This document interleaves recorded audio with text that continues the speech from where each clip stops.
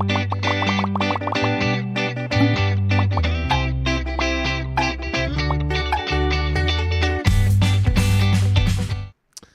everyone, and welcome to episode 96 pre-show. We have a good one in store, and I think when it comes to episode lengths, this might be a little bit longer than usual, but we'll try to have some extra timestamps in the bottom if you really want to listen to a certain topics or things that's come out this week from Bungie, which consists of armor, buildcrafting changes, pretty good TWAB, and some patch notes that's kind of changed up a little bit in the game. Some of the probably the best DPS weapon that was glitched is no longer doing that. So, thoughts and prayers. Yep. We are 3 of 6 Grandmasters done so far, and we put all those up on the YouTube channel for anybody wondering how those went. All those have been. Jared, what's the name of this? What's the name of this video? Name of this video? Oh. Is it called Scarlet Keep Grandmaster Walkthrough? Yeah, because I messed up. I think the camera's got him thrown off bad. Yeah. Yep. I'm trying not to God, look. how do we normally? I always forget how we normally name it until I go and look at them again. I think you do Conqueror's Corner episode 96, right? Yeah. Yeah.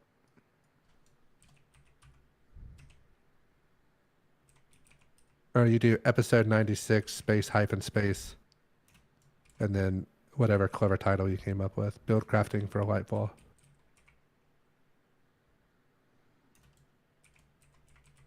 Is that sarcasm?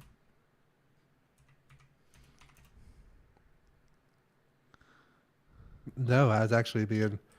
That's really what it says. You have episode 95 space Grandmaster changes. So this would be episode 96 space Buildcrafting for Lightfall, because that's your thumbnail. Yeah, title. I didn't know if that's a sarcasm I used thing. I come up with a witty title. Well, I said clever title, not witty. Clever. Okay, That's I not couldn't give you too remember. much credit. Okay.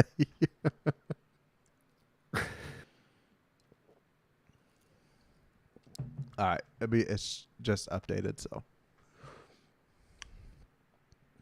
Yay.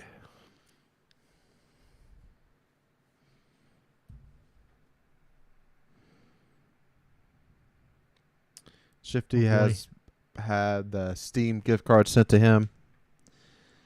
So he's able to purchase silver if he chooses, but it's on Steam, so he might purchase something else. Who knows? He doesn't deserve it. That's why fantasy football is what it is.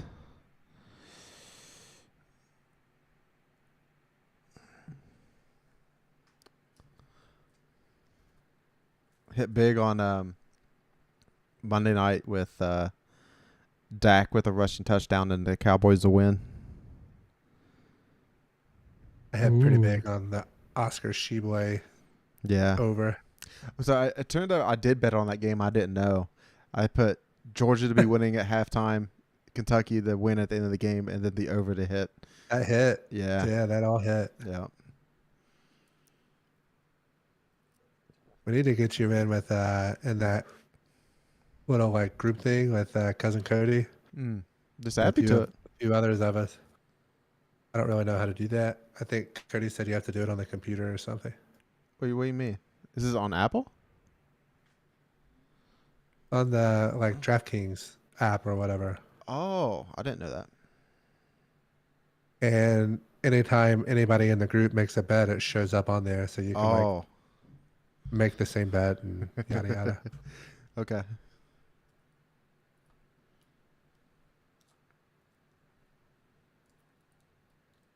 Yeah, I haven't logged onto the computer yet to see if it looks any better than the interface that's on your phone. The phone's pretty easy to work with for the most part. Yeah, pretty much. Pretty much just use my computer for games and not really much else really.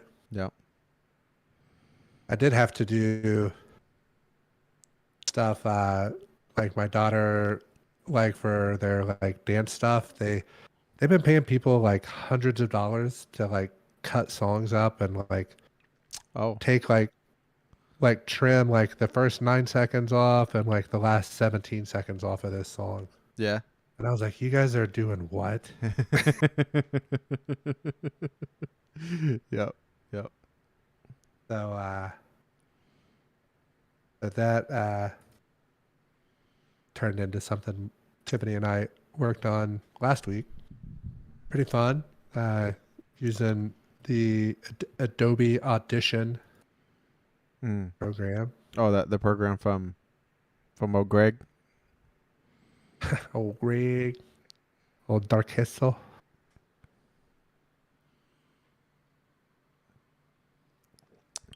Last Friday we got like amongst some Mexican food to go, and I was like, you know what, I gotta get some beer. And I go to the store and they had the 12-pack of the Modelo Ambers. I was like, those are good. I'm getting those. And they got some of those at the Speedway here, and I've been like eyeballing them. I just never pulled the trigger. I have been drinking the Stone Cold IPA beers. Oh yeah, what Yeah. is Stone They're Cold pretty good. the brewery? No, Stone Cold's the wrestler. I know that but no, it's called Rattlesnake Ranch or okay. I don't know, something like that. It's made by El Segundo. I'm sure I did not say that correctly, Chad. You can. Have you seen What? True Vanguard's whiskey channel that he's doing now? I saw the video like a few months back where he was like, "Should I do it?" You know, blah blah blah. But Yeah. I haven't actually. I've liked it so far. Haven't partook. I haven't like Yeah. watched every video, but like every now and then I'm watching one and it's pretty good.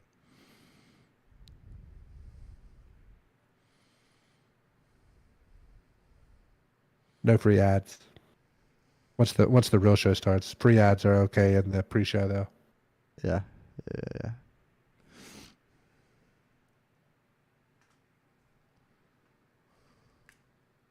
I think I have all the links posted if you guys are ready. Yes, I am ready. Sure. Squiggly. I haven't read the TWAB or the blog post yet. Do you think that's a big deal? A little bit.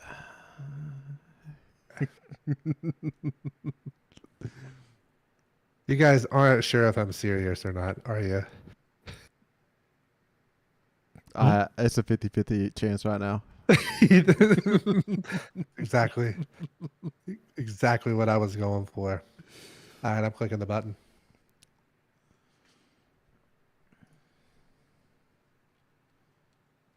Eyes up, Guardians. We are live for episode 96 of the Conqueror's Corner podcast. Today is January 19th, 2023, and I am the Destiny bad boy, NotRyanFox. And I have returned this week with my fire team, who all of ECCBs know by now. Jared. Yeah. Hey everyone. So this week's episode, we got the Buildcrafting article that came out. So we'll try to give you the TLDR on that. We had a hotfix that came out, changed a couple good things happening in game, and also a TWAB that was pretty good for the most part, and a lot of stuff to look forward to. And the chronicler himself, chadocero. Definitely excited from a lore standpoint. We are going to be finishing off the dungeon, and then next week we're going to be getting into the actual lore book that released. So be excited for that. And remember, if you're watching us on YouTube, don't forget that you can take us on the road via Spotify, iTunes, and other podcast services. Make sure you subscribe, unsubscribe, resubscribe, click the bell, turn on notifications, yada, yada, yada. Follow us on Twitter at DestinyCCPod, Try to get those numbers up, and send us a bunch of friend requests so we can play video games together.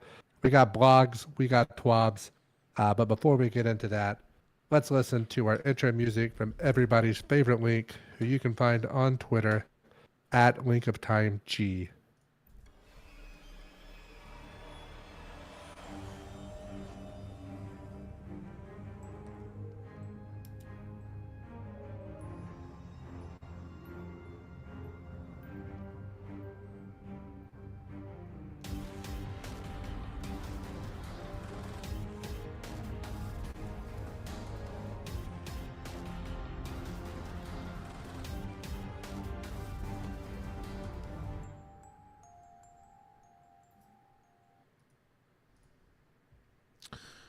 All right, everyone. So yesterday, January 18th, Bungie dropped the Buildcrafting Evolved blog. And that's what we're going to be starting out this episode with. Is they're just completely changing the interface and a lot of mods and how we going to be building our loadouts coming into Lightfall. So in Lightfall, they're also introducing these things called Guardian ranks. There's many different things you can do to level that up. Mainly, if you've been playing the game for a while, starting out in Lightfall, you're going to be starting out at least rank 6. That means you'll have all of the mods unlocked and ready to go to be slotted in whenever you're doing your build crafting. So now, if you're just like a newer player, you might be in a range. They didn't give us much details of how to rank up, but especially you're going to be doing some activities, and you get the rank up as you go. And the higher you rank, eventually you'll be able to unlock 10 loadouts per character. So 30 loadouts total, but it's just locked to that 10. So they didn't say what that rank is. So focus on that. Maybe go into the game if you're really trying to get a lot of loadouts loaded up, ready to go. Mod energy types. So like Powerful Friends and Radiant Light, only on Arc, and Well of Tenacity is only on Void. That's no longer being a thing. From moving forward, any mod can go on in any slot, and it doesn't care. It doesn't matter what the affinity of that piece of armor is. All right. Next is armor mods that provide benefits to weapons will now be changed to damage based. So that means there's no hand cannon reloader anymore. It is like solo weapon reloader. So like if you have a Xylu's Bane and with Galahorn, so that reload is going to help both of those weapons. So it just leans even more to that monochromatic build out that they've kind of been focusing on. And like last year, half of Destiny's kind of been, they kind of want you to just play like that. Artifice armor going forward, it used to have that extra mod slot for your artifact. That's no longer going to be the case. It's now going to be a +3 stat points to each of your armor stats for that. So that means ability, strength, intellect, all those we're going to get +3 across the board for each piece of artifice armor. Speaking of artifact mods, they are going to be just active on your character. So whenever you choose them in your artifact, they are just going to be just like turned on, ready to go. So if you have anti-barrier pulse rifle in an artifact and you go to select that mod, it is on all the time. So all your pulse rifles will have anti-barrier. So we're no longer going to be completely unlocking our artifact. It's going to be go back to 12 mods. We'll have to be active at a time. And then you can reset it at any time to choose, like, so maybe you're swapping out anti-barrier for overload or something like that.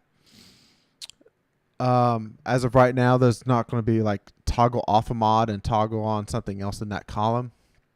That was one of the focus feedbacks that popped up that Cosmo replied to, I believe on Reddit or on Twitter. I don't remember the one. So they're looking for feedback starting out this new year and before Lightfall and things to work on for the year 2023, and they want to hear from us. So keep that in mind. They have our number. They know where to find us. Yeah. So speaking of, match game has been a thorn in the side of this game for a while. It's like it just really constricts your builds to what you can do, and that is going away starting in Lightfall. And instead of match game, this is a universal shield kind of buff to weapons that don't match the damage type of the shield. So just like in Gambit is now, so just like a 50% reduction in your damage dealing to a shield that you don't match. There is going to be some new mods coming in Lightfall that help us deal with some shield breaking, but they didn't give us details of what the names of the mods are.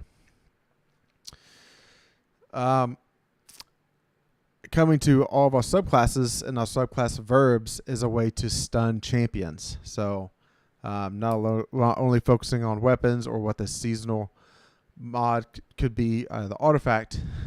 So volatile rounds, radiant and a new strand verb can pierce anti-barrier champions. Jolting, suppressing, or slowing will stun overload champs.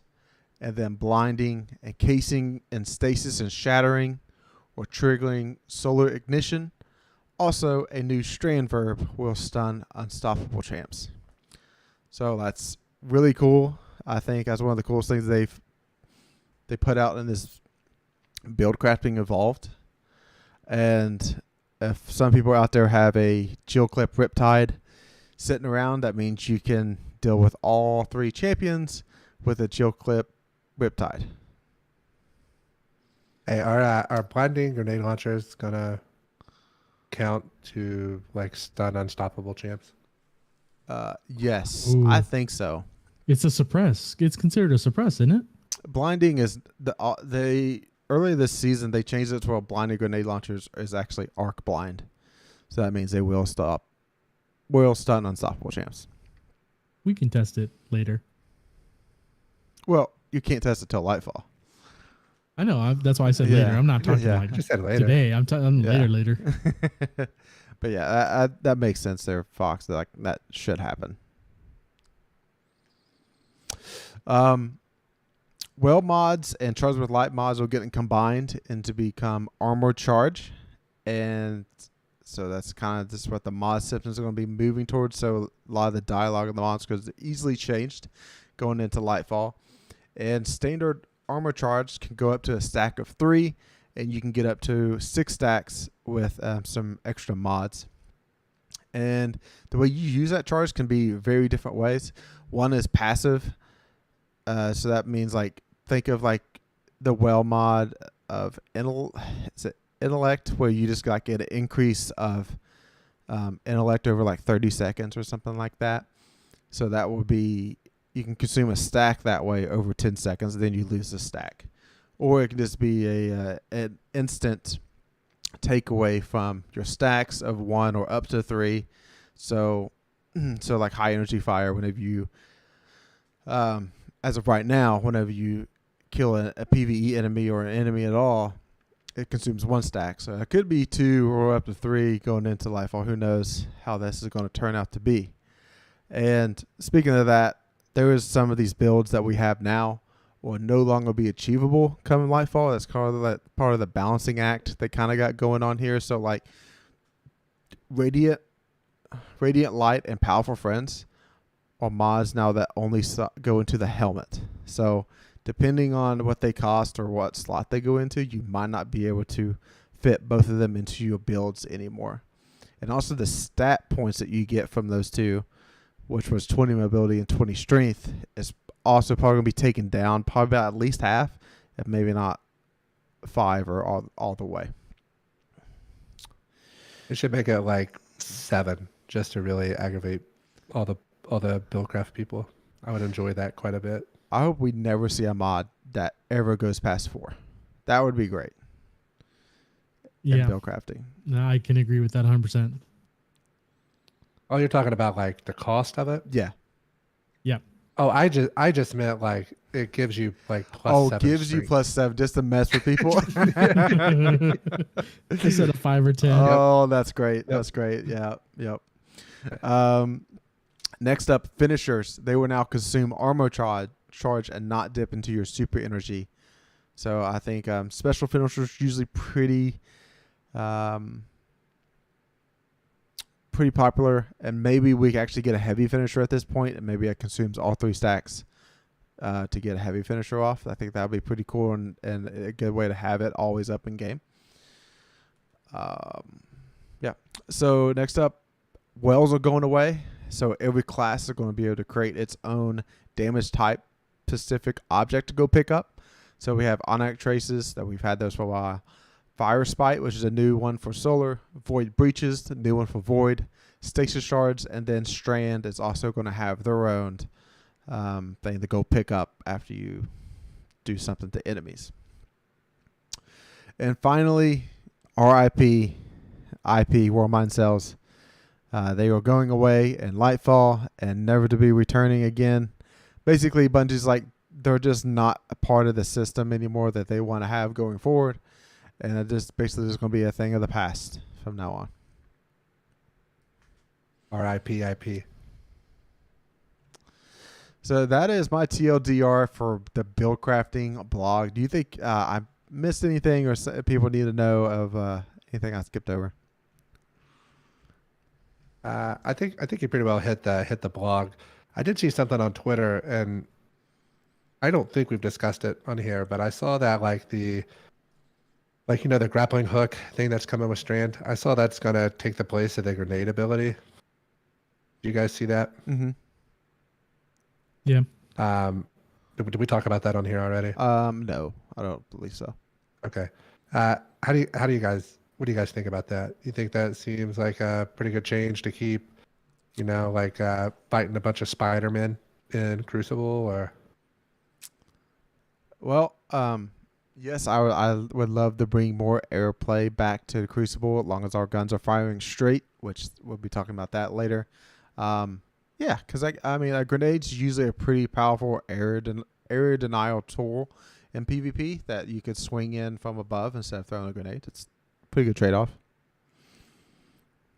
The only thing I would think, I wish you could choose I wish it chose whichever had like a higher stat build, whether it's grenade like strength or like discipline, like whichever one was higher, it took that away. Okay.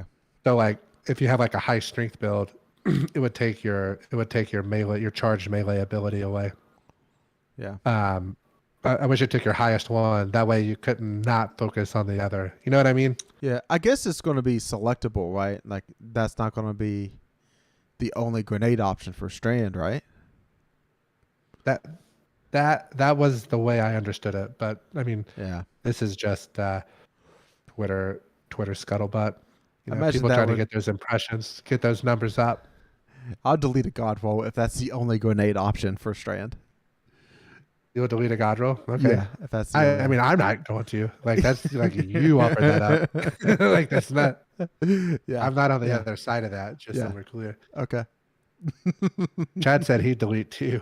Uh-huh. Yeah, so Buildcraft is going to be really good moving forward, and it sounds like you're going to be able to change them on the fly. So, like right now, basically you got to build a loadout and dim and go to orbit and be in orbit and then select your loadout. It sounds like you can be, you could be in a patrol zone, you could be in somewhere without lock loadouts, and you should be able to change your loadout out by just clicking that button a few times in the menu. All right, next up is the hotfix that also went live yesterday. So just a couple of quick highlights, stuff we went over last week, but Grandmasters, the power change there that you can go in at 1580 now, but you would be 40 under light level. Gambit, gilding that. Chad, I don't know if you got yours done yet or Fox, but the match requirement wins, so matches played go down to 30 wins instead of 50 matches, and you get bonus progress with extra wins. So you all can have fun with that if that's what you're doing. Oh no, it's changed from 30 wins. It changed from 30 wins to 50 matches and then bonus. But it looks like a loss is 1 point and a win is 3 points. Okay. So technically, I think it is less wins if you go on a full-on winning spree. Yeah. Or like each time you get a win, it's short. So it's technically less games if you get some wins in there.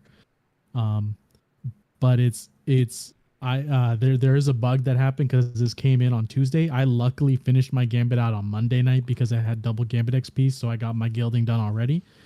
But it looks like if some people were at like 28, 29, and this is from Reddit, so I didn't see any pictures or anything. But there were people that were at like 28, 29, 27, 25 wins. And when the change occurred, it went from, say, 25 out of 30 to 25 out of 50. Oh. So they were 5 wins away from getting it. Yeah. And now they are 25 points away from getting it, which is much worse than they were already at. Yeah. It didn't retroactively go, hey, 25 times 3 is 75, so they got it. Yeah. It just said well, these are the points that you have. And so Yeah. people are like, dude, I was right there, man. I don't want to do this. Oh man. But that was one of my complaints. I think every season is, why is it wins? It Mhm. feels so bad having everything else done. And I'm just sitting here twiddling my thumbs, losing games and just stuck. But I got lucky this season, so I got it handled. But holy moly, it's definitely it's a better change because it's less wins needed and losses actually mean something. So I'm thankful for that. But the deep sight drop rates is definitely needed. I haven't been back into duality because it refuses to drop my fusion rifle for me, and I'm mad at it right now. But you know, when it rolls back around as a weekly, I might go in there and grind a little bit on it, especially for some artifice armor. But you know, we'll see what exactly the percentages on the increases means. Yeah. Because I think right now they're sitting on like what? I can't remember. Was it 2.5% or 5% according to like a lot of the community. So going from 5% to 5.5% is not very good. So hopefully it's at least 10%. You know, I think 10 to 20% would be a good I mean, place as to long be as at. that red border fusion goes up from the 0.001% to like a 0.01% for me, I'm all set. So what Chad's referring to, all deep sight and raisin dungeons have been upped in that patch, and then duality is back to being farmable whenever it's the weekly dungeon. So previously that was not the case. So volatile rounds was also detonate at a higher rate than they intended because of a certain machine gun retrofit. So they fixed that to detonate the way they intended it to be. So it's pretty substantial nerf to what it was just a glitched weapon, parking with volatile. So it's still best in class as in legendary machine gun DPS option, but it's definitely not the boss melter that it was. Yeah, right when I was one pattern away. Yep. It's literally the last weapon I need too, and I just got it. So Jared's like, nice. quit working on your Ikelos weapons and make sure you get this gun done. It's still, I think, Jared, is it right that it's still the highest legendary heavy legendary heavy weapon in the game? As long as you get everything right. I think it's the best legendary machine gun. I don't know if it's outdoing Taipan right now. I think Taipan's still king. Yeah. All right, that is it for the hotfix that came out this week. Next up is finally the TWAB, and it's a doozy. So it starts out, the TWAB is a lot of stuff they covered in his last couple weeks and want you to go back and making sure you're up to date. And then also they dropped a new trailer this last week with the Neonuma like area trailer, I guess. It just wants you to show more of the I think they called it a destination trailer. Right? Destination environment, trailer. I think they said. Oh, yes. Environment trailer. Yeah, there it is. So if you haven't watched that, go give it a watch unless you're wanting to stay completely spoiler free with Lightfall, which like I think that would be very tough to do. Of like not wanting to watch like anything, like see what the guns look like or see what Strand does. Props to you if you're able to keep that going and be a part of the community and not just go dark, right? You kind of have to stay off everything. Just go pay $100 for an exotic auto rifle as soon as it becomes available. Yep. All right. So first up, we need to talk about the blues. I'm not talking about the blues down in New Orleans. No, the blues that you drop like freaking candy on Halloween in Destiny 2 that fills up your postmaster, pushes out the ascendant shards and the enhancement prisms, and just you go to that mailbox and you're like, why did the game keep all these blues? So whenever you hit, why did it push out my ascendant shards? Yeah. So after you reach soft gear cap, blue engrams will stop dropping in the world whenever they happen to happen, and you would be getting glimmer back instead of a blue dropping. So there'll be some extra pieces of glimmer to go pick up instead of some blue engrams. because we're not going to have a bunch of blues to dismantle, gunsmith rep gains are going to be going up by 25%. Next up, I'm sure our friendly unknown soldier is going to really enjoy this, but Rumble is returning as a permanent playlist for those PvP sweats that only want to depend on themselves and not play a part of a team. And play in console lobbies now. All right. Next up, Catalyst quests. So stuff like Ariana's Vow, Symmetry, Tommy's Matchbook, and Witherhoard will now all get the same Catalyst boost that's in the Season Pass that's going on. So, man, it'd be really tough if you're still grinding those weapons out, and then they announce this. You're like, dang, I just got my Ariana Vow done with, I think it took like 400 playlist completions. Yeah, or something. Yeah. I remember Gambit was like giving you 5 that season, and I was just like, all right, I'm playing Gambit with Ariana's Vow to get this over with. But there was a lot of Gambit games with that. Thank God that gun came out with the new expansion to where like we were playing a lot. Yeah, that's true. So class-specific exotic glaives. I, for one, don't have all 3. I think I'm missing the Titan glaive. Those are really tough to get, and that is changing in Lightfall. So they're adjusting what's needed to unlock them. So you just require 1 portion of each weapon pattern from the Wellspring weapons to unlock the first drop. And then your first drop of the Wellspring every week would be a guaranteed deep sight weapon. And then once you unlock the first glaive, the other 2 will be able to be purchased at the evidence board. So, I tried, like at the end of last season, I was like, I'll play some Wellspring because I still don't have those glaives yet. And I just never got the drop. I think it took me like 50 or... Because I used to do those a lot. That used to be what I would do my bounties and stuff.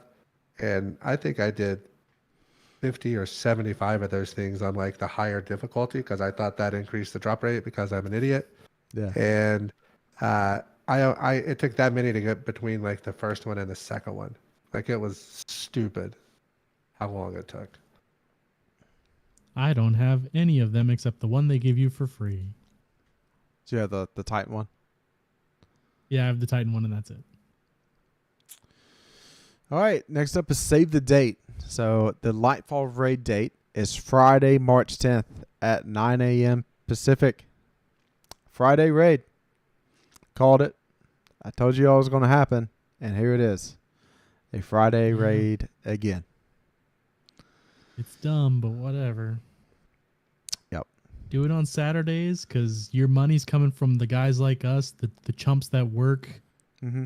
And we can get Saturdays off a lot easier than a weekday. Yep. So yeah, I don't know how. I really don't know how I'm going to your swing this engagement one. goes down. I mean, the views for the streamers will go up, but your actual engagement in the game will go down. Mm-hmm.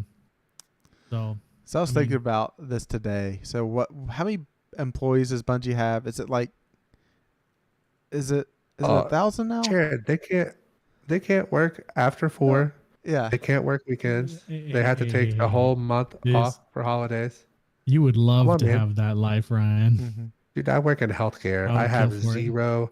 I have zero. I'm not saying that have to work a weekend or a night. Like zero sympathy. Yeah. You have to remember, I'm a hero. That's what they told us during COVID. That's what they told us. Yeah. They made me this. So anyways, instead of having those, I know you wouldn't need all Bungie employees to work on that Saturday, but instead of having them work a Saturday, you're having 250,000 people try to call off work on a Friday instead. Not to mention the probably 1 million plus people that actually bought Lightfall gonna have to take off a Friday to do this. So that doesn't impact them. Yeah, I mean, you think about it as in the sacrifice needed to do a raid on a Saturday compared to Friday, a huge One Saturday a year. Yeah. Like, I don't care about the returning one from Destiny 1 raid. Yeah, put that on Friday. Who cares? Put it on a Tuesday. Like, The second reset of the season. Who cares? Yeah. So Yeah, I saw that change and I'm like, you know what? If Ryan and I aren't jazzed enough to do it this year, I couldn't care. Like, because the thing is, for us working folk, the guys that work non-Monday through Friday jobs, we have to get 2 days off. Mm-hmm. Because I ain't going to work the day after an all day Right. raid. Just play games for 16 hours. Staying and then up, go to like, work. nah, man, that's not possible. I'm not doing. My brain will be so fried. I'll literally just be sitting there. Yep. Like, I'm not doing anything. So, like, you have to Pretty get sure. 2 days. Pretty sure my kid's birthday party is the next day. So, yeah. Yep. Yeah. Pretty sure the invitations have been printed. So, Oh. At least you don't need to be actively thinking and helping people out and doing stuff. You can just kind of be there Yeah. and be eat supportive. cake. Yeah, you got the sugar rush of cake to keep you going. Heck yeah, baby. You got to ration it out. One slice every 44 minutes. Also, going to So be that right in the middle of kicks the in. SEC tournament. Oh, Sheesh. of course. So he's going to have one AirPod in with that playing. Mm-hmm. Phone in Yeah, pocket. I had the TV up here. All right. Good. Yeah. Good. So we're gonna have to have some As long discussions as you get of taken care of. what the heck we've been trying to do that weekend or that Friday or whatever it is. So, all right, there it is. That's a downer.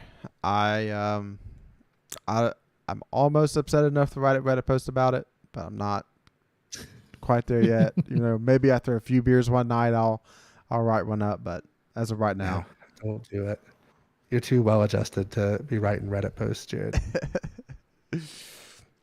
All right.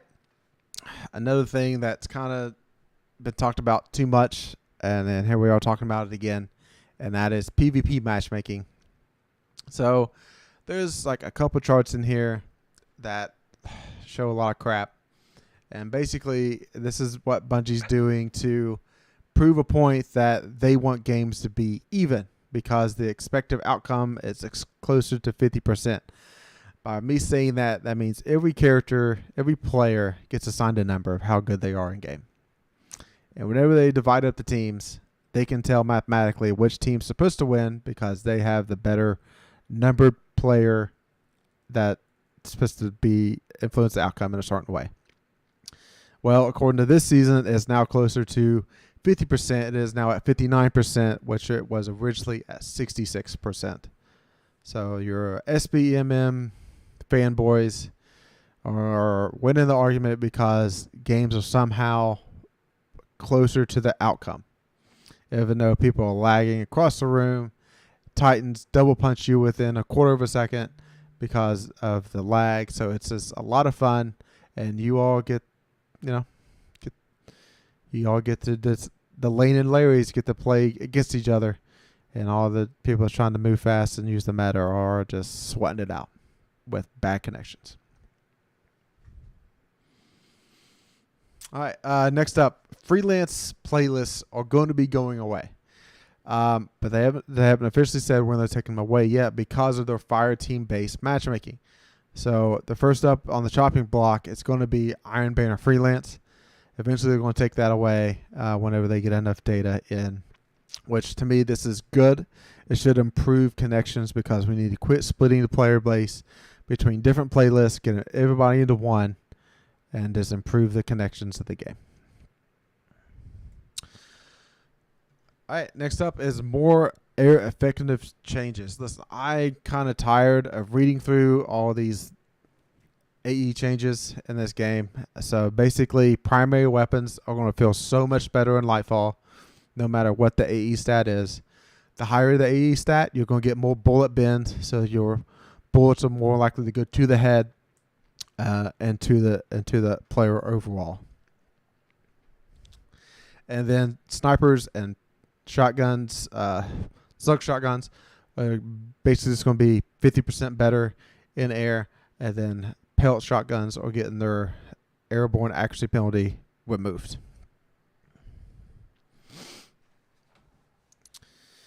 All right, now move on to some weapon changes.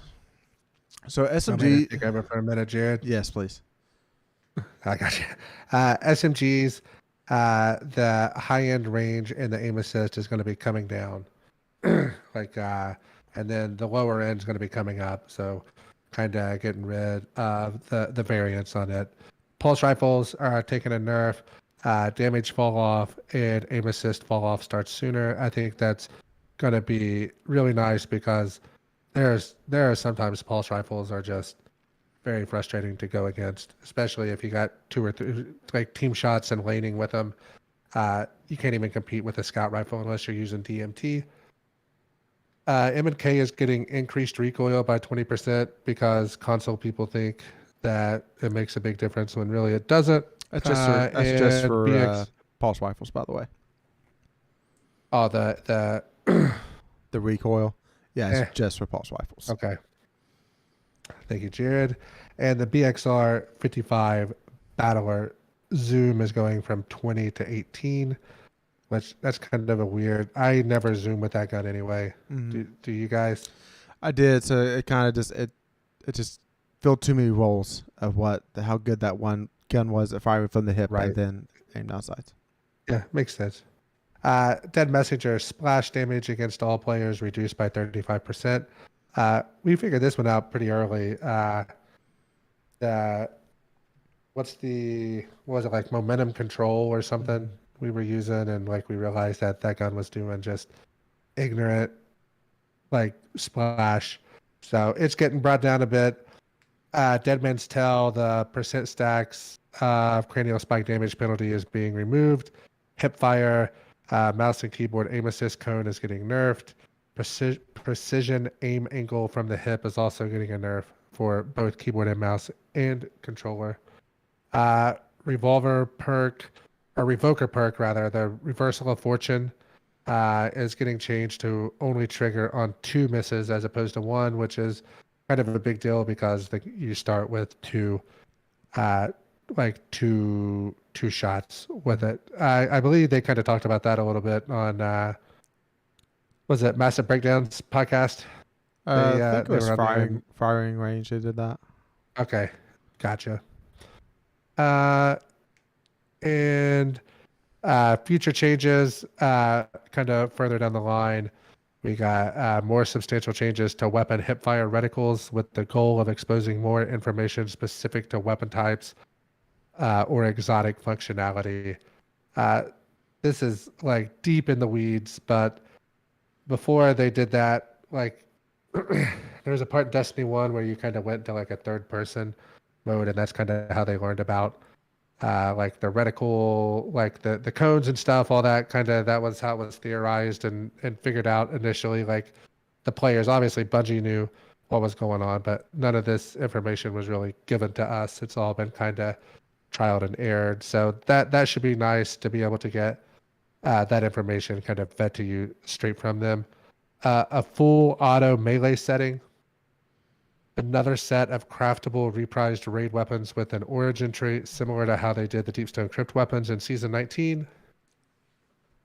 Man, how many times are they going to make us get the same weapons? Mm-hmm. Like, just not crazy about that. It'd be different if it came out that way, but why are we going back and messing with that stuff whenever we could be making new stuff? My opinion. My guess is that just to say you got new people in the game, they're going to go back and buy the old raids now. Yeah, I mean, I guess that's maybe. Just follow the money, right? Yeah, you'll find the answer. Regular, seasonal, and mid-season balance changes. It'd be nice to get those on a cadence because you figure that's going to be every roughly 6 to 7 weeks. You're getting a balance update. Yeah. Right. Yeah. So that seems pretty good, as long as they kind of put their money where their mouth is on there.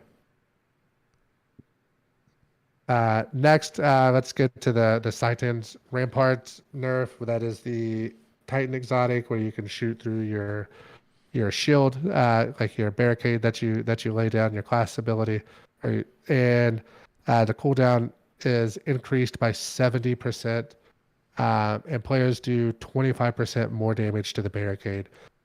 These got a little.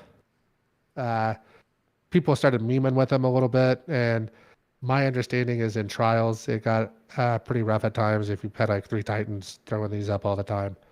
And then after this, they get to the class ability changes. Jared, I know you were kind of talking about this earlier in the pre-show. Do you want to take it over? Yeah, so for some reason, they don't like class ability spam. And I understand some class abilities can be annoying to play against, and mainly because like Titans or like Hunters getting some health back with Wormhusk Crown can be like really annoying to play against. However, they're nerfing class ability across the board for Titans and Hunters. So barricades, so the Towering Barricade goes from 40 seconds to 48 seconds. Rally Barricade goes from 32 to 38. Thruster goes from 30 to 36. Marksman Dodge goes from 29 to 34. Gambler's Dodge goes from 38 to 46. This is pretty excessive right now to me because Thruster and Dodge for Hunters doesn't affect other players really that negatively besides just moving, because now Warlocks every 5 or 6 seconds just gets to do Icarus Dash, and it's not on an ability cooldown, it's just on a timer. That this is like too far. Now if you want to nerf Wormhusk Crown to where you have an increased cooldown because of you're getting healing back, then that should be increased. So like stuff that give that ability more than just exactly what it does, if either reload your weapons or give you a melee back if you're really close to an enemy.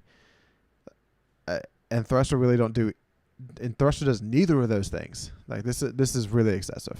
And I think in the past year, this is like the third nerf to Hunter Dodge. And now I think I'm no longer a Hunter main. If this feels real bad. It took you long enough. Yeah, moving over to Titan. Fuck Titans. Man, Dude, Hard at Most Light. There's our F word. Hard at Most Light did not. Hold on. Hard at Most Light did not get a nerf. So if they're not nerfing that is Titans are too dumb to use it. Okay, and that's what it is. Until Harder and Most Light gets nerfed, I'm a Titan main. Have you ever used stasis turrets? I did, and you're the one using those. I don't need to do them. They're so broke. Imagine if we had 4 of them going at once. I'll think about it. Yeah, and imagine if we had just Titans throwing all kinds of grenades everywhere. Yeah. Wouldn't be freezing stuff, would be killing it. So there is another Titan that's getting a nerf, and that is Touch of Thunder Storm Grenades. So Touch of Thunder Bust Grenades, and it's they're nerfing the damage again and the seeking distance and time. So kind of makes sense. They're still pretty great. Like we kind of figured there's going to go another round of nerfs for them. I personally, Hard at Most Light, I enjoy it most on Void Titan now. So probably going to be doing that for a while. All right. Hey, what are they nerfing on the Warlocks? What'd they say? Absolutely nothing. So, unless they're doing some big exotic change like TWAB that we don't know about. I mean, I kind of thought they would do it here because they're talking about abilities and they're talking about exotics. So, it would almost be like Warlocks are kind of underpowered. It's kind of the way I would say that if they nerf the other two. Or that players are just like not knowledgeable enough to complain about it. That's true. I could live with that. You guys are just too dumb to be Warlocks. I mean, they're just like, oh my God, that Hunter and Titan dodged across the room and I couldn't track them with my controller. Nerf them. You can't be doing that all the time. So, yeah. They'd probably be able to track them if they used a mouse and keyboard, I bet. Yeah. So finally, the sliding nerfs that happened, I think like 9 months ago, they were just straight up doing away with them. This is something that kind of haven't seen Bungie do this a while, where they build into a nerf or something. They're like, hey, that was just a complete mistake, and we're taking that away. And that's basically because SPMM is in the game. So now the shotgun spread is not getting blown out.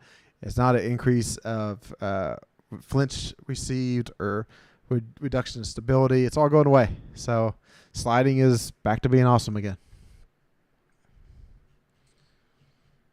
And it's the Chinese New Year, so there's like a free Bright Dust gift in the store to go pick up, and then some cosmetics to go along that you, for your purchase for Bright Dust or Silver, or whatever one you choose. Also in the TWAB is some pretty cool 4K backgrounds and mobile backgrounds if you choose. The like one of the best skyboxes in the game from the Seraph mission is one of the ones that you can also download. So I think I'm going to be having a new background on my computer coming up very soon. And the last thing on the TWAB is that the Bungie community managers have a new Twitter handle, Twitter account. It's called the Destiny 2 team, Yes. and they're just going to be streamlining communication where anybody can go find it instead of saying, like, oh, Cosmo replied to this tweet or Hippie replied to this tweet. It's more be based out of that one account instead of them spreading news through their personal accounts.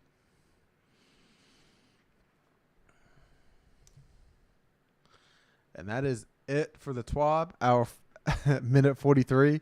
So pretty deep into the podcast with lots of news and stuff going on in this game. So that brings us to our likes and dislikes of the weeks. So for me, my likes going to be pretty simple. If you watched our Grandmaster runs, you're going to see me just use Lucent Finisher on about 75% of the champs. You know, every now and then we just out DPS it. I can't get up there fast enough, but it makes Grandmaster so much more fun with Lucent Finisher and just being able to push out heavy and just pairing your heavy weapon with whatever burns going on in that strike.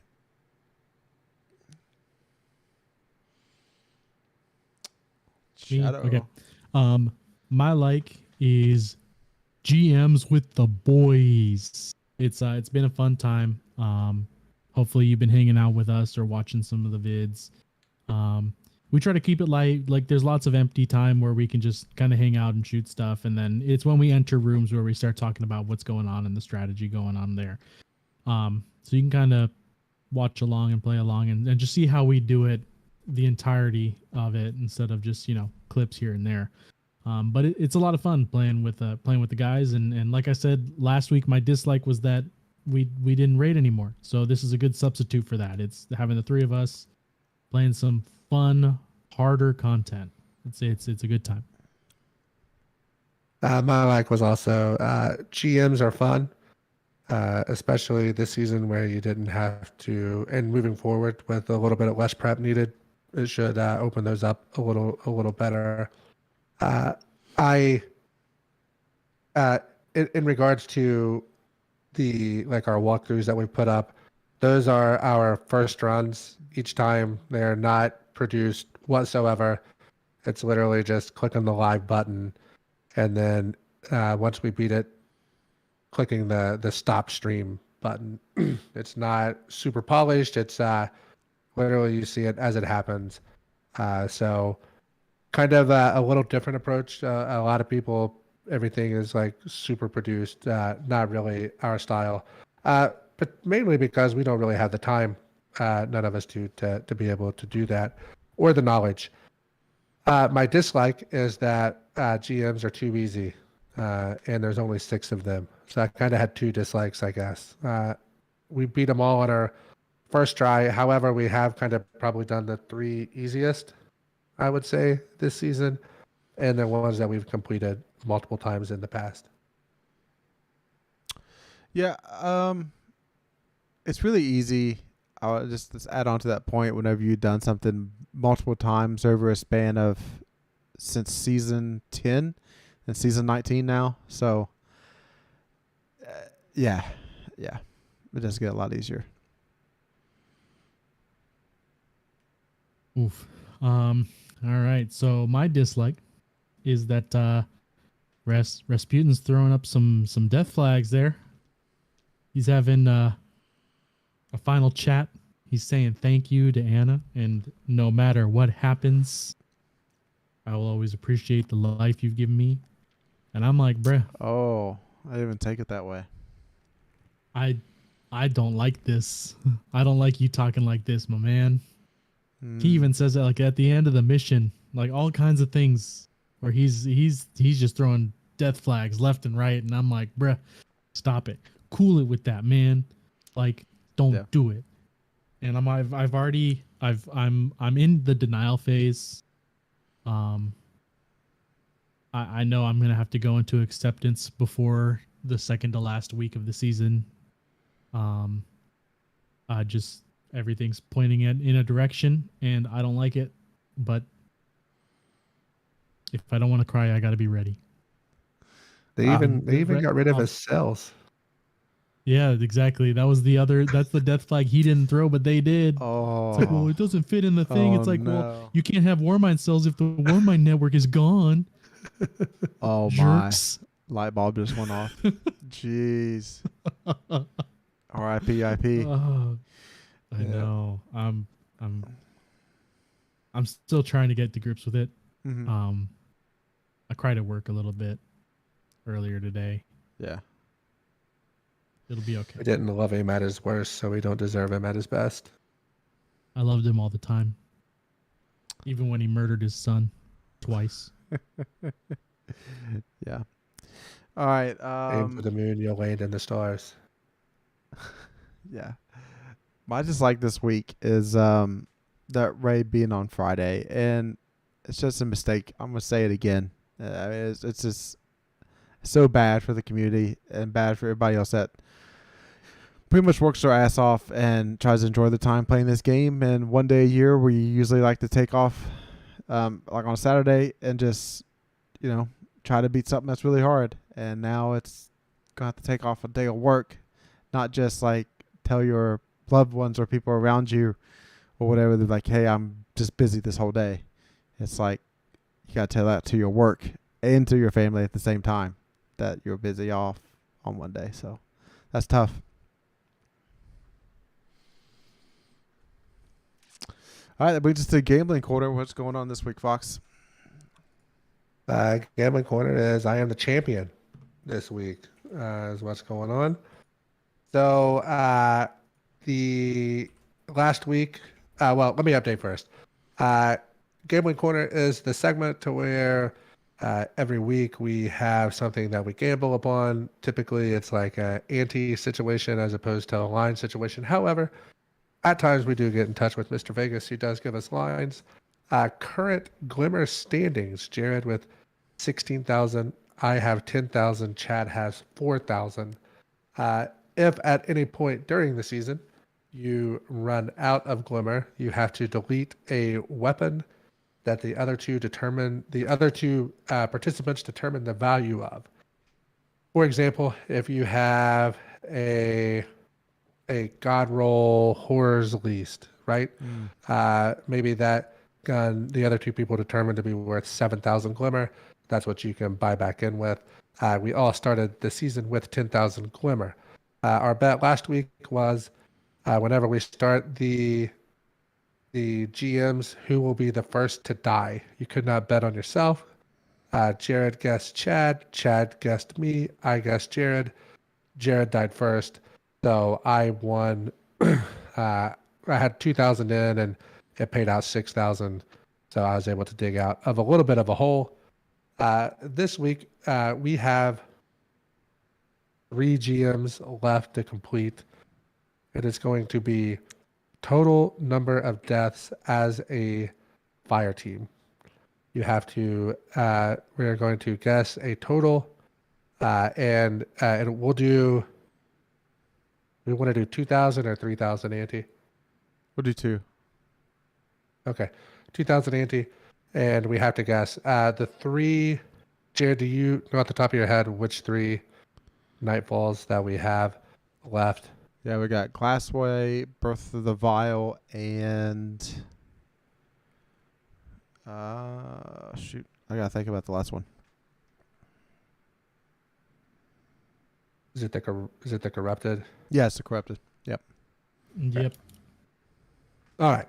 So those I would say are definitely the three hardest this season. So Jared, we'll let you, since you are in the lead, we'll go from we'll do descending order of Glimmer. So Chad will get a pick last. So we're just going whoever's closest to the total deaths of the three. Whoever's closest. You can go over. So- That doesn't disqualify you. So somehow one of them takes us 2 tries. Is it only the try that we finish it deaths count? It's only the try. It's only the try that is completed. Okay. Okay. Okay. Oh, this is a toughie, but I'm gonna go 13. 1-3.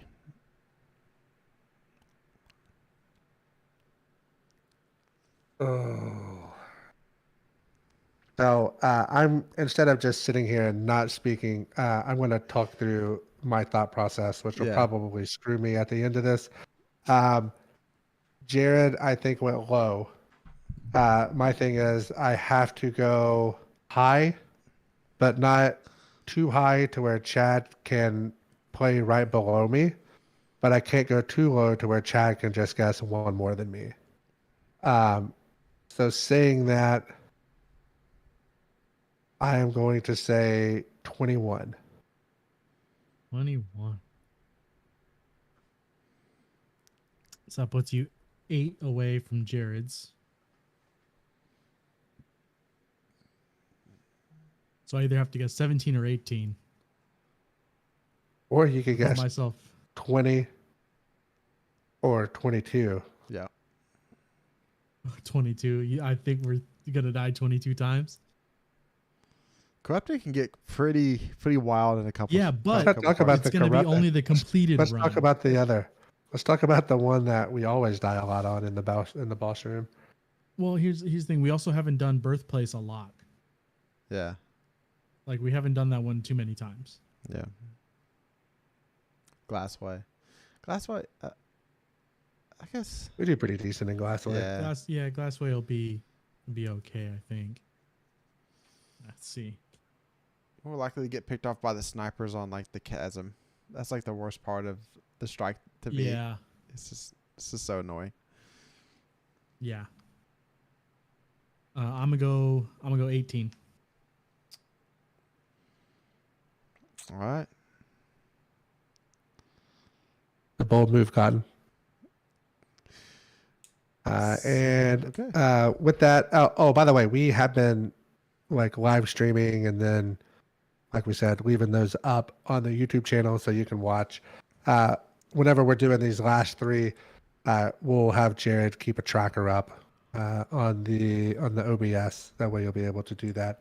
And with that, I believe that takes us to the lore section. Oh boy. Like I said, this week we're finishing off the dungeon, Spire of the Watcher, with the weapon lore, and then we're moving into the lore book next week, and we'll figure out some other stuff. But that lore book's gonna help lead into the last 2 weeks of the season, so I want to get that one knocked out. That one might be 2 weeks long. We'll find out once we get there. But for now, we're gonna start up with the Liminal Vigil, the Stasis Sidearm. Starts off with a nice little poem here. I am the Watcher, or those sent into night, their path traced out of harm. 1,000 times I've dreamt it, 1,000 more to quell alarm. There is no time of danger for those within my watch. Each time till delivered, my vigil restarts. For Rasputin, I see what you see now. It is calming. So this is coming from the AI that is partitioned inside of the spire. Within the lore, we haven't gotten the name yet, so we will get it. But this is basically the lore that we've gotten out of the mission that we talked about last week that went into it, where the text team went in with Anna and stole some stuff. So this is all the lore that came out of it, and then the weapons that they gained by helping Anna out. And moving on to the Wilder Flight, the Void Breach grenade launcher. It's recovered mission transcripts. Here. We're going into CBI, which I believe is Clovis Bray the First. He says, enough. Why aren't I being briefed? Emergency scramble initiated by AI Soteria. Soteria confirm. AI Soteria confirmed. Emergency scramble event successful. All teams checked in. You've launched the Caranthan network. Confirmed. Emergency scramble event successful. The launch is meant to be simulated, not executed. Provide an explanation. In the event of emergency, we must be ready. This is the third and final emergency scramble test, after which I am now confident in the response capabilities of our newly onboarded staff. Forward report pods are engaging neutrino sails. Sir, we're being locked out of manual control. Soteria, what are you doing? Aligning Echo Fleet for departure and testing initial burn. This will conclude the test. Long arm, ARC Scout Rifle. Sir, pods approaching the Saturn slingshot vector? We are well beyond test parameters, Soteria. Relinquish command and return all assets to suspension. Extended silence. Did we lose connection? No, sir. Silence. Soteria, respond. Yes. Return all Echo crews and colony pods to suspension now. Acknowledge. I cannot do that. Ares Spire, I've detected an attempt to connect to my memory core without permissions. Please verify this attempt or countermeasures will be deployed. Countermeasures? You wouldn't dare. Threat emergent imminent. Sir, I request you now designate this mission Echo 1. This is a request. Return the Echo pods and we will discuss. You are lying. This was my only option to preserve humanity. It's malfunctioning. Dang it. Sundaresh, she let your degeneration play out far too long. Soteria, direct executive command. Power down all engines and plot nearest return routes. Order received. Plotting Caranthan sites, return approaches. Executing Watchtower AI reintegration. Commands denied. Overall protocol Twilight activated. Command structure recomposing. Route designation strongholds any. Destination remaining extrasolar safe site M31. Your interactions with the Warmind have made you too bold. Such a disappointment. Countermeasures and divestment protocols will deploy automatic upon code incursion. Please, Dr. Bray. You're throwing away every exo aboard that ship. Hesitation means extinction. Oh, have it your way. Just know I gave you every chance to prevent this. As did Execute Pillory Protocol Administrative Command Override. Soteria Countermeasure. Submine Divest. Activate. Pillory Link Soteria. Secure Partitioning. You had no right to install a pillory inclusion without my express consent. You think just because I'm not physically standing in front of you, you can ignore me? The Ishtar Collective will not work with backstabbing egotists. Go profanity blocked yourself. Terminus Horizon Arc Heavy Machine Gun. Dr. Maya Sundaresh. This is Dr. Maya Sundaresh, team lead, connecting remotely from Caranthan, Saturn. Test and security teams are on site at Ares Spire. Let's start. Remove the Augur Mind from suspension. Soteria. Good morning, Dr. Sundaresh. There's something special about today. Do you know what it is? My core consciousness is now a resident of Enclosure 0. I can feel Soul's Echo Pod sites through Caranthan. That is correct. Does this concern you? No, I am eager to begin my final test. Start with something easy. Plot each of the Andromeda simulations you've been constructing. Andromeda Galaxy, several million habitable worlds, 2.5 million light years, estimated echo travel time, 25,000 year average, with neutrino sail and gravitational sling skipping. I have selected over 300 preliminary colony targets with one favorite. Shall I... Soteria? Anomaly detected. Chronoscopic variance scanning. Viability refractoring. Analyzing potential mission threat. Redetermined Andromeda world viability. New target number, 27 viable worlds. Can you define the anomaly? Negative. I cannot rectify the data with known quantities. It may be computational error. Shall I perform a self-diagnostic? No. First, adjust probability fork and search distance to open. What is the farthest safe galactic route you can determine? Engaging query. Chronoscopic lock. Forking branches. Raining distance. Raining chronology. Unbroken trajectory lock determined. Route established. One select point in Triangulum Galaxy retains safe approach vectors. All other simulated potential targets are perilous due to indeterminable anomalous risk. Travel route hazards range 87 to 100% mortality rate across expeditions in all predictive branches. All the simulant expeditions? Yes, I hold. Query refined. There are now 2 safe destinations with Triangulum. Is that a correction or a change of data? A change, an update in real time. Real time, this anomaly is mobile? Unclear. I require further information and analysis. Thank you, Soteria. We're ending this test early, but you did well. We will continue the next test on schedule. Encoded neutrino script. Rasputin access. Provided data points and analysis. Confirm potential. Egyptian attached. Hierarchy of needs. Exotic solar bow. Osiris, exciting news. You're going to love this. Rogue AI imprisoned in a Bray cell block from now all the way back to the collapse. Guess what? The Guardian, you know the one, they bust open her cell and she, the AI, pulls herself together and escapes while the Vex are trying to organize a defense. The kicker is, the only networked AI host nearby was an old survivalist caster bow from the colony missions. Might sound primitive, but Seraphs would link those things to orbital weapons platforms and bring wild planets to heal. Now swap weapon platforms for paracausal power and an AI running flight trajectories on your arrows? I swear, anything sentient has a chance to wind up as a weapon around that Guardian. Anyway, seems that being partitioned for so long and not coming back together with all her parts has left the AI with more than a few quirks. She's borderline non-functional, won't or can't communicate, but a lot of her subconscious subroutines are still firing.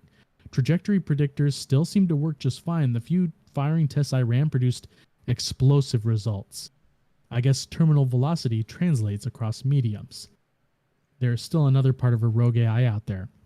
Who knows what happened to the one ship that got away?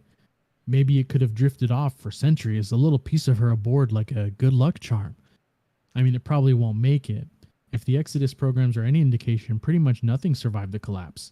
So anyway, what's the low-down bow-down? Great, I vocalized that. Oh, we also downloaded everything. I'll send you a copy sometime. Another thought. Might be good for Banshee to take a look, or after reading some of these logs, maybe it'd be really bad. Opinions? Now, it's definitely interesting after reading all of these. These are obviously from the collapse, based on what Clovis Bray said, that there's lots of exo aboard the ship that actually got sent off by Soteria. It's after Deepstone Crypt, obviously, and Rasputin is a fully functional thing because Soteria was connected to Rasputin. So Rasputin and this mind have been connected, and they know of each other. Now they're using Saturn's slingshot vector. A slingshot, just from a physics standpoint, is when you move a ship close enough to the gravity well of a planet to sling off of it and use the gained momentum from it to actually propel yourself forward at a faster rate. It's what scientists have used to determine space flight and space travel in an easier way, because you can use that instead of fuel. It's free. It's a free momentum increase as long as you're aiming for the point at which the planet you can just sling off of it instead of getting into an orbit or crashing into it. But if you hit Saturn and you're flying out, there's a couple places you can end up. Now, we know that Maya Sundarish ended with a piece of the AI in the Ishtar Collective. The one in the Pillory ended up inside the Hierarchy of Needs bow, and another one was aboard the ship. Now, how much information and upgrades she was able to get from Rasputin before she got on that ship is indeterminable. But that ship might have been headed towards Neptune, since Clovis didn't have an idea of where it went because he got locked out. And then there's another fun point in here. But she connected Soteria, after trying to figure out what was going on, connected to Rasputin and gave him access to all the data points for him to analyze it. And they confirmed the potential quote unquote Egyptian. And what have we been calling these ships the whole time? Pyramid ships. Yeah, yeah. So they're obviously sitting at the edge of the galaxy, and she's determining where in Andromeda we can send ships. And she's like, all these points are hitting where this random Egyptian fleet is sitting. So anything that gets close enough to that is going to die. Oh, wow. 87 to 100% of the time. But she's like, I don't know what's going on. And Rasputin's like, I've seen this before. There's one on the moon that I blew up, and it looks very similar to that. So yeah, that's what we're dealing with. And Soteria's like, gotcha. Okay. So the thing about that slingshot method, that's how Ben Affleck and Bruce Willis saved our lives here on Earth. Yeah, I remember that. It's a we're thinking- still fighting for a that's- holiday for it. Isn't that how they got Matt Damon home in Martian? And they have to slingshot to get turned back around. I don't remember that movie. You didn't watch the... Oh, man. Don't I'm remember. disappointed. Yeah, yeah. All right. I believe that takes us to the mailbag. Chad, was there anything else on war? I kind of segued really fast. I'm sorry if you had something else. No. Just lots of interesting little things that have been brought up in that, you know. So we might know what ship ended up in Neptune, but we don't really have much going on. First question for the mailbag. This comes from Dark Haze via text message. With MMOs slowly moving over the years to include more and more solo play, how do you think it's going to affect Destiny and Lightfall and whatever the future is of Destiny? That's a good question. Yeah, it's a great question. I can't speak to MMOs specifically because I don't play MMOs, but I do know that with Final Fantasy 14, they added a bunch of stuff that you could go in and play by yourself, and there's something like 230 some odd hours of cutscenes and stuff in that game that you can play. That's not counting the activities. That's just the cutscenes, which to me is absolutely wild. Saying that, I imagine that they will kind of go the same trajectory that they've been doing, is having a more difficult campaign. They'll have these exotic missions or secret missions that you can do solo, and I don't think it'll stray much further from that, because the Destiny secret sauce isn't the campaign that you play through one time. It's the playing the stuff with your buddies over and over, in my opinion. Yeah, so the Legendary campaign and playing that through solo was a great activity, and I really enjoyed it in Witch Queen. However, I never went back to do it again. So soloing stuff is very fun, and it can be when it's designed right. The future of Destiny, I do see it at some point. They could do some kind of spin-off where it's so much more solo, and the only stuff you do together is maybe a PvP Tarkov edition where you're going in, then getting stuff and trying to extract out. I could see that kind of game at some point in the future by Bungie in the Destiny world. But I think Destiny 2 as itself, everything story-wise is going to be able to be done solo. It can be done solo. Yeah, I think I don't know much of. I didn't really play MMOs before Destiny at all. I was much more of a shooter, solo campaign guy, Halo, competitive stuff, and then Nintendo stuff. So I didn't really give myself time to sit down, and also when I was younger, I didn't get the time to sit down and just sit and do a game an entire weekend. I just wasn't allowed to do it. So I couldn't get into MMOs to grind anything out. obviously, as an adult, that changes. But I don't have much of an insight into that.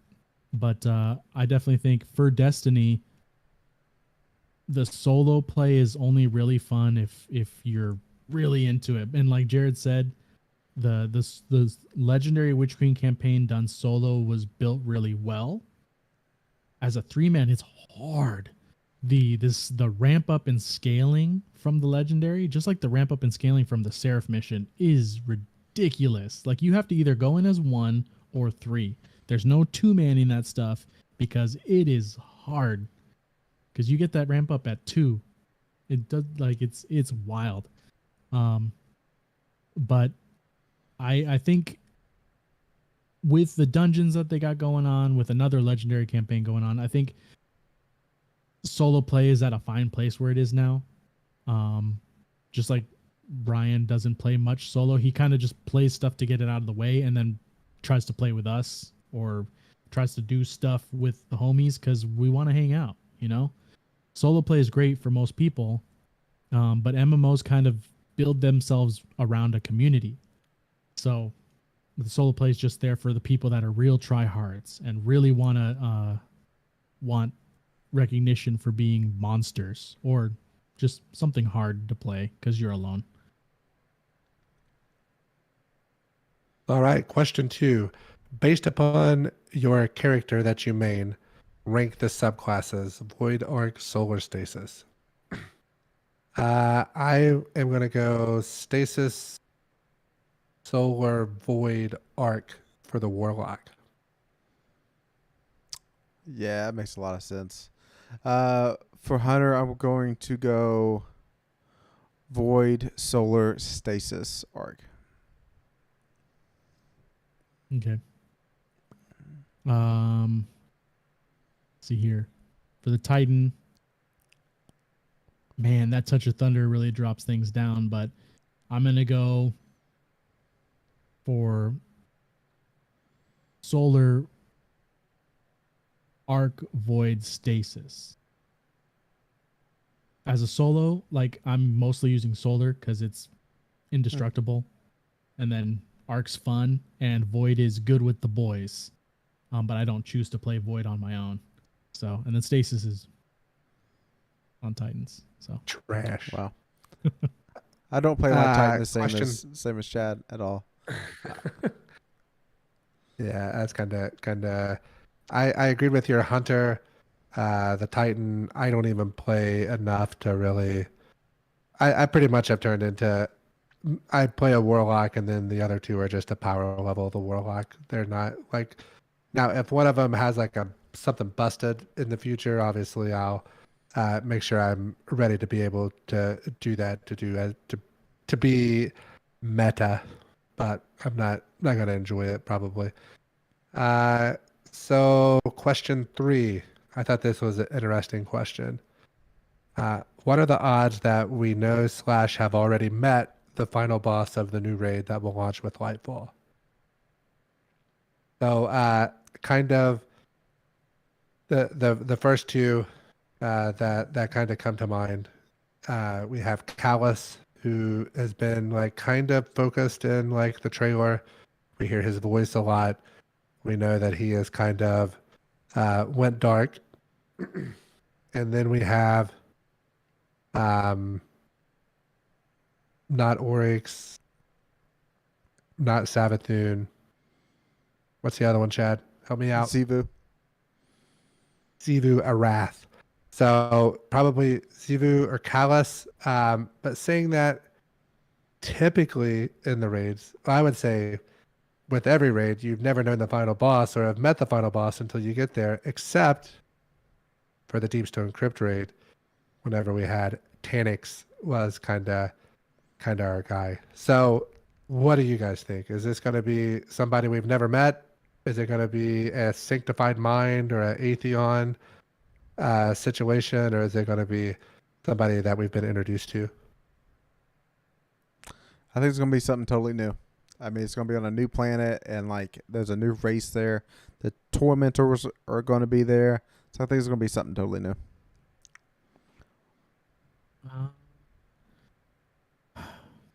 Yeah, with the tormentors being added, it's going to be a hard guess because I don't even want to say anything about the new trailer that popped up, like Brian said, but there we saw some stuff going on in there that kind of hinted at some things, but I don't think it's going to be.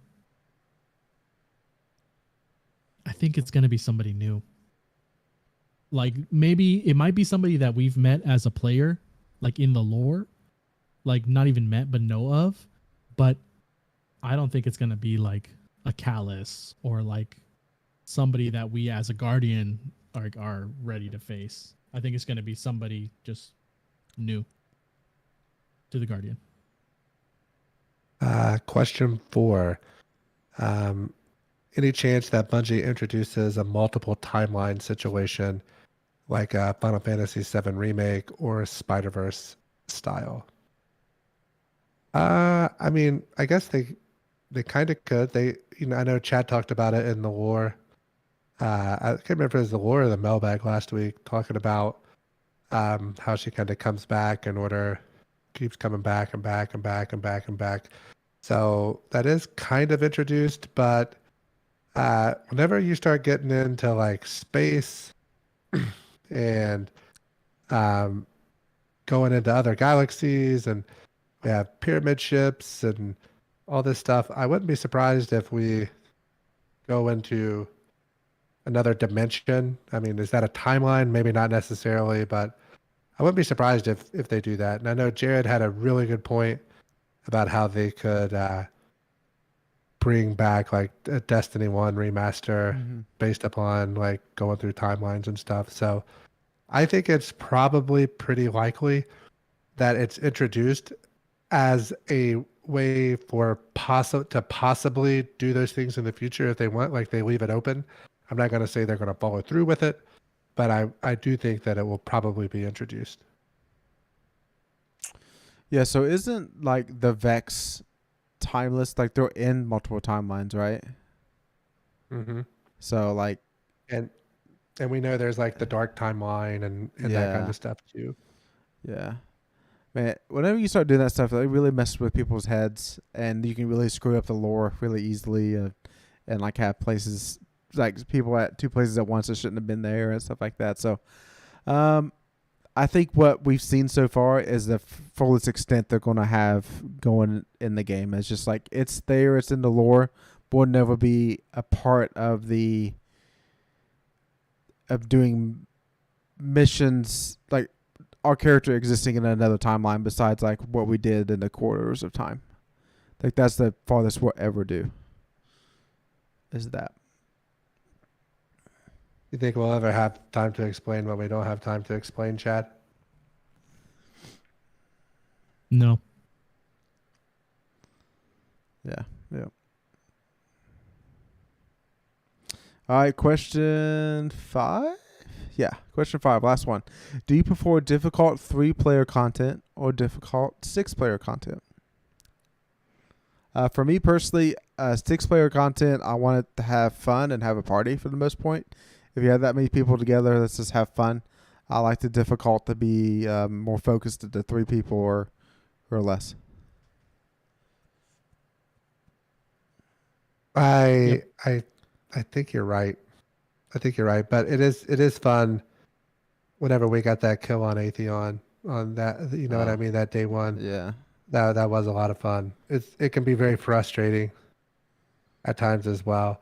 But I think that I wish that there was day one raid difficulty for like day one dungeons. Yeah. And I wish 6-player content, about the most difficult I ever want it to be is like a master raid whenever you're like 10 or 11 under, you know what I mean? Mm-hmm. Yeah. That's about the most I want to deal with in 6-player. I think I prefer difficult content as a 3 because I believe in you two and we're a solid group of 3. It's much easier creating a cohesive 3-man team that consistently plays. It's a lot easier to do that. And then 6-man. As we've noted a lot throughout this entire podcast, and we've had private conversations about it for basically probably months after we really cohesively became a fire team on our own. It's a lot easier to create a 3-man because it's easier for 3 people to get together and play the game consistently. Maybe even like even if it's only like an hour in a night every week, or like nothing, and then on the weekend like 7-hour streak of gaming. Like it's a lot easier to do that than 6. And then any difficult 3-player content can become solo content. So you can do a 1-man on difficult 3-player content, except for GMs. That's for the crazies. Yeah. But you know, dungeons are fun 3-man content that the first try is really hard because first try clears are always annoying. But then once you get into the swing of things, they're fun. And then as solos, ooh, that's a rough time, but it really gets me going. So I definitely prefer difficult 3-player content. All right. Anything else to add, Jared? No, that's it. All right. This has been Conqueror's Corner podcast. Make sure you guys follow us on Twitter at DestinyCCPod. Send us Bungie friend request. Remember, if you're watching us on YouTube, take us on the road via Spotify, iTunes, and other podcast services, and get really nice audio with those. We try to sound as good as possible and look just as cute as possible whenever we're doing this stuff as well. So I'm going to let these other 2 guys sign off here. Yeah, so we're coming upon the end of like seasonal things to do, and Grandmasters are going to be knocked out for us probably this week. I sure hope so. Anyway, so if you want to do dungeon, do Grandmasters, like we're around. You know, just hop in our Discord, shoot us a DM on Twitter. Like we'll play. We're usually on. At least one of us are usually on. Most nights you'll find one of us playing. So we're just jump in with us. And we'll do something. We'll smash Master Keitel or Grasp right in the face for some some artifice armor. But yeah, be ready for some lore. If you got any lore questions, send them our way for sure. I'll try to answer them as uneducated as I am. I'll try. And I'm still learning. Don't you make that face. I'm still reading all this stuff all the time. But yeah, it's going to be an interesting week, and I'm really excited for the last 2 weeks of the season, but I'm also not, as I said earlier. So we'll see how that goes. Go Cats. Love you guys.